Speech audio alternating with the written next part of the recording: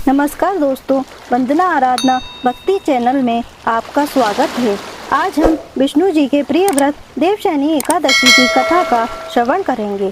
आषाढ़ मास की शुक्ल पक्ष की एकादशी तिथि को देवशयनी एकादशी व्रत किया जाता है। हिंदुओं के लिए इस एकादशी का काफ़ी महत्व है, क्योंकि आज से 4 महीनों के लिए भगवान विष्णु क्षीर सागर की अनंत शैया पर गहरी नींद में चले जाते हैं, जिसे हम चतुर्मास कहते हैं। कार्तिक मास की एकादशी तिथि को भगवान विष्णु योग निद्रा से जागते हैं। इन 4 महीनों में भगवान शिव सृष्टि का संचालन करते हैं। देवशयनी एकादशी व्रत की कथा सुनने से मनुष्य के सभी पाप नष्ट हो जाते हैं, कष्टों से मुक्ति मिलती है। देवशयनी एकादशी की कथा। देवशयनी एकादशी की 2 कथाएं प्रचलित हैं। पहली है वामन अवतार की कथा। वामन पुराण के अनुसार एक बार राजा बलि ने तीनों लोकों पर अपना अधिकार जमा लिया था।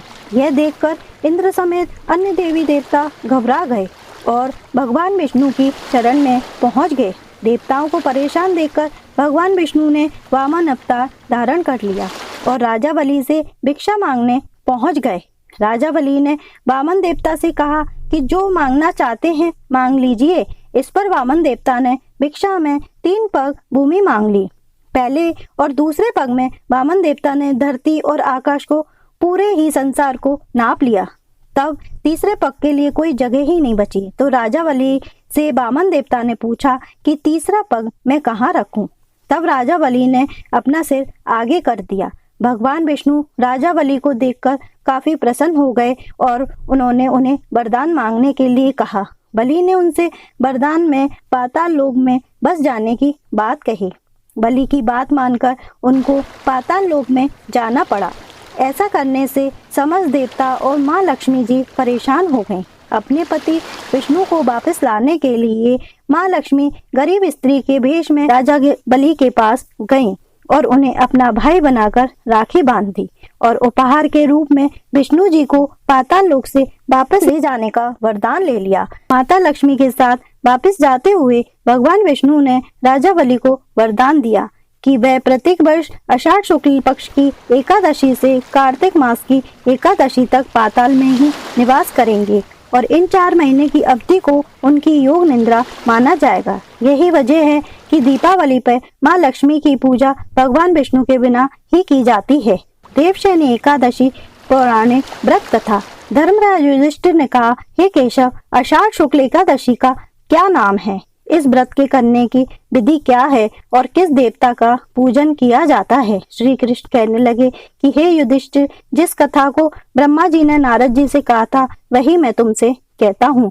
एक समय नारद जी ने ब्रह्मा जी से यही प्रश्न किया था। तब ब्रह्मा जी ने उत्तर दिया कि हे नारद मुनि, तुमने कलयुग के जीवों के उद्धार के लिए ये बहुत ही उत्तम प्रश्न किया है, क्योंकि देवशयनी एकादशी का व्रत सब व्रतों में उत्तम है। इस व्रत से समस्त पाप नष्ट होते हैं और जो भी मनुष्य इस व्रत को नहीं करते हैं वह नरकगामी होते हैं।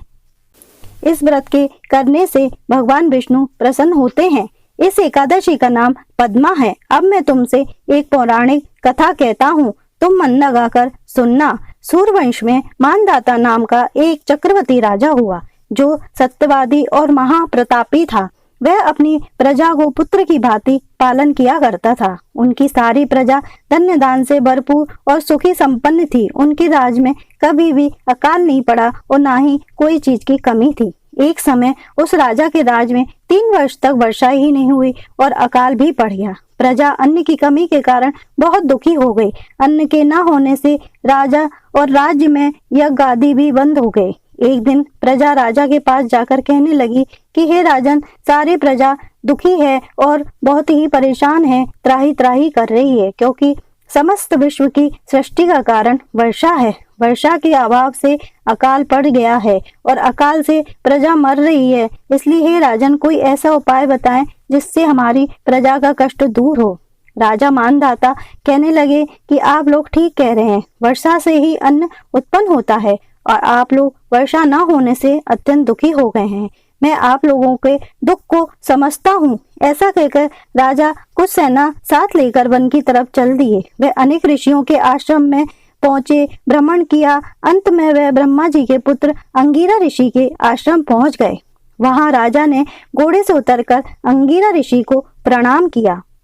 मुनि ने राजा को आशीर्वाद देकर कुशल क्षेम पूछा और साथ ही आश्रम में आने का कारण भी जाना। राजा ने हाथ जोड़कर विनती भाव से कहा कि हे भगवान, सब प्रकार से सनातन धर्म का पालन करने पर भी मेरे राज में अकाल कैसे पड़ गया? इससे प्रजा बहुत दुखी है। राजा के पापों के प्रभाव से ही प्रजा को कष्ट होता है, ऐसा शास्त्रों में भी कहा गया है। जब मैं धर्म के अनुसार राज करता हूँ तो मेरे राज में अकाल कैसे पड़ गया? इसके कारण का पता मुझको अभी तक चल ही नहीं सका है। अब मैं आपसे इस के संदेह को निवृत्त करने के लिए आया हूँ। कृपया करके मेरे संदेह को दूर कीजिए, साथ ही प्रजा के कष्टों को भी दूर करने का उपाय बताइए। इतनी बात सुनकर ऋषि कहने लगे कि हे राजा, यह सतयुग सब युगों में उत्तम है। इसमें धर्म हर चरणों में सम्मिलित है, अर्थात इस युग में धर्म की सबसे अधिक उन्नति है। लोग ब्रह्मा की उपासना करते हैं और केवल ब्राह्मणों को ही वेद पढ़ने का अधिकार है। ब्राह्मण ही तपस्या करने का अधिकार भी रखते हैं, परंतु आपके राज में एक शूद्र तपस्या कर रहा है। इसी के दोष के कारण आपके राज में वर्षा नहीं हो रही है। इसलिए यदि आप प्रजा का भला चाहते हैं तो उस शूद्र का वध कर दीजिए। इस पर राजा कहने लगे कि महाराज, मैं उस निरपराध तपस्या करने वाले शूद्र को किसी भी प्रकार नहीं मार सकता।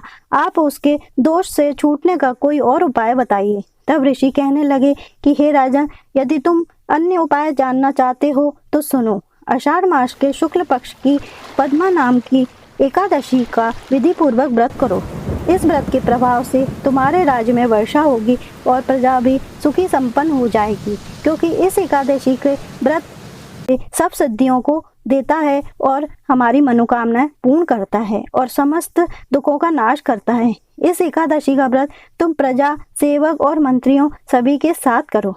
मुनि के इस वचन को सुनकर राजा अपने नगर को वापस आ गए और विधि पूर्वक देवशयनी एकादशी का व्रत किया। इस व्रत के प्रभाव से वर्षा हुई और प्रजा भी बहुत सुखी हो गई। अंत में इस महीने की एकादशी का व्रत सब मनुष्यों को करना चाहिए। यह व्रत इस लोक में भोग कर परलोक में मुक्ति देने वाला होता है। इस कथा को पढ़ने और सुनने से मनुष्य के सभी कष्ट दूर होते हैं और पापों का नाश होता है। ओम नमो भगवते वासुदेवाय। आपको हमारा ये छोटा सा प्रयास अच्छा लगा तो हमारे चैनल को सब्सक्राइब करें, बेल आइकन को दबाएं, लाइक और शेयर करें।